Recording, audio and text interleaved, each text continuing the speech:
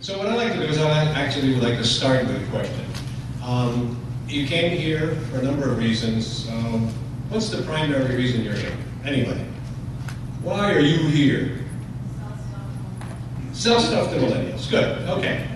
And I'm going to make an assumption that part of the issue is you believe that millennials represent some kind of change over what you've been doing. Change. So your assumption is that something is going to change. And so before we start talking about millennials, let's take a moment and talk about change. This is the way most of us view change. It's kind of like the road ahead. We can see exactly what's nice in front of us. It's clear, it's well understood. Then change begins to get a little fuzzy. You can see it's kind of off in the future, unknown. And then eventually it's just like, where's the road?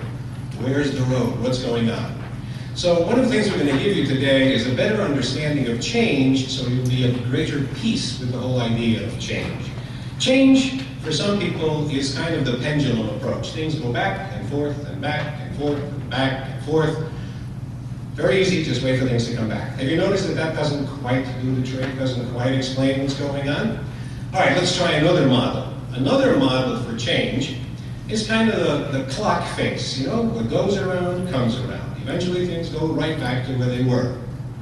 And still, if that were true, we would never be talking about change, because there has to be a different way of understanding what change is all about. And so we're going to offer you another new way of thinking about change itself as it relates to millennials and pretty much everything else. It's kind of like a wagon wheel. You know, the wagon wheel starts at the top, goes around, comes around, but it's moved forward. So change is about things going back to new places.